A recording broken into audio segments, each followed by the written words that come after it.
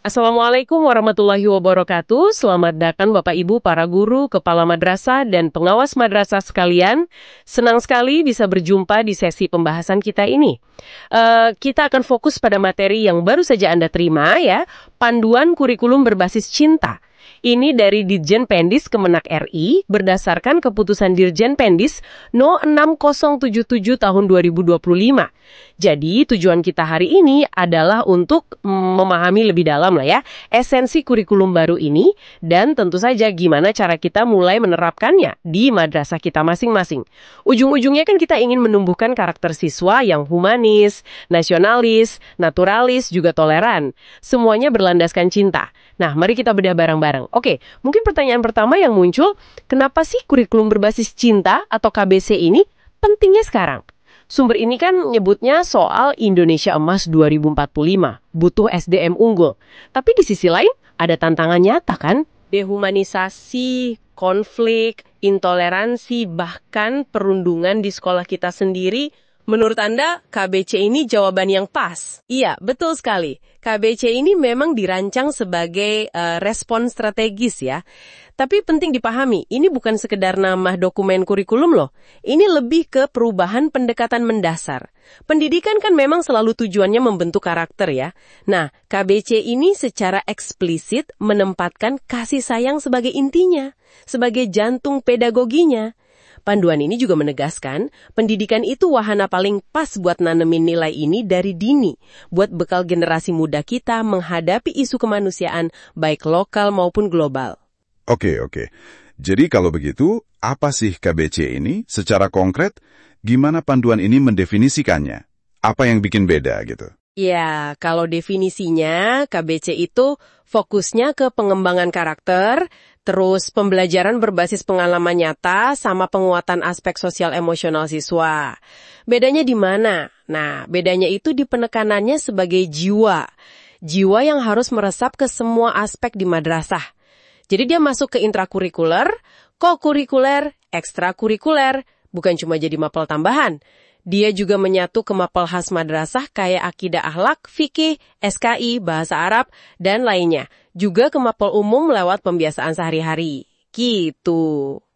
Nah, ini dia nih yang ditunggu-tunggu para guru. Implementasinya gimana di kelas? Kan kadang teori bagus, tapi praktiknya bingung. Panduan ada contohnya kan ya? Kayak materi wudhu di fikih itu.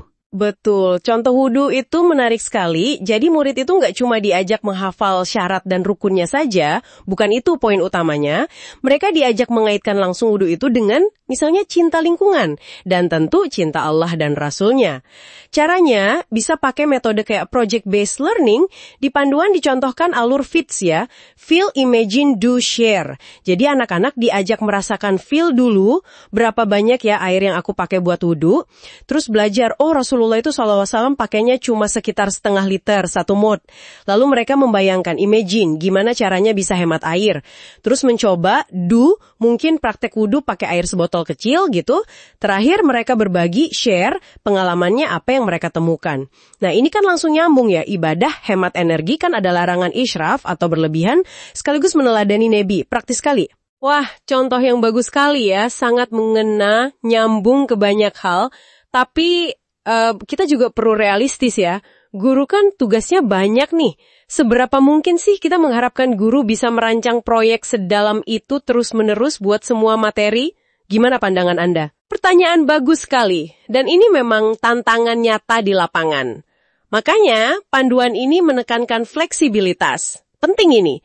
Madrasah sangat dianjurkan untuk memodifikasi, menyesuaikan dengan kondisi dan kemampuan masing-masing. Contoh wudhu tadi, itu kan ilustrasi potensinya. Untuk kegiatan pembiasaan yang lebih rutin, misalnya sholat duha berjamaah, pendekatannya mungkin bisa lebih simpel tapi tetap bermakna. Panduan menyarankan pendekatan pembelajaran mendalam.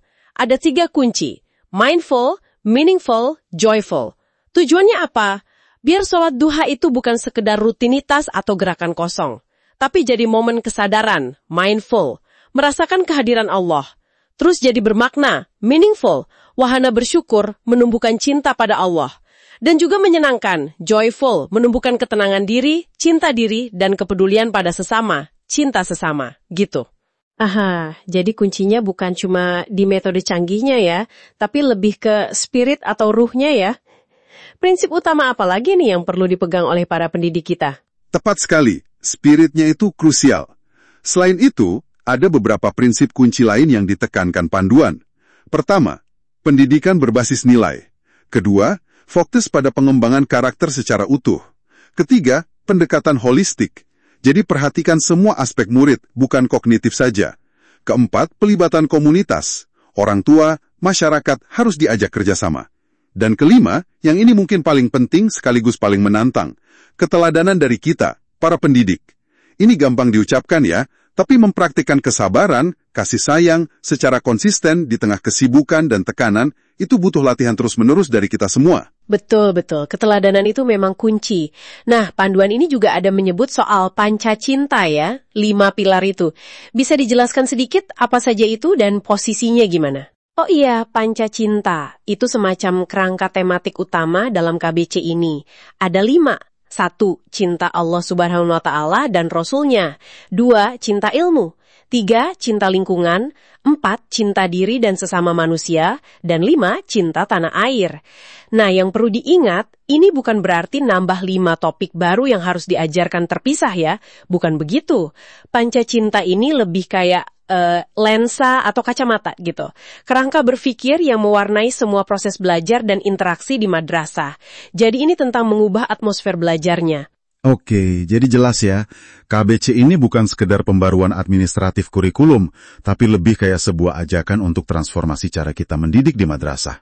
Kembali ke akar nilai luhur kita, yaitu kasih sayang, untuk menjawab tantangan zaman sekarang dan nanti. Begitu ya? Benar sekali. Sangat tepat.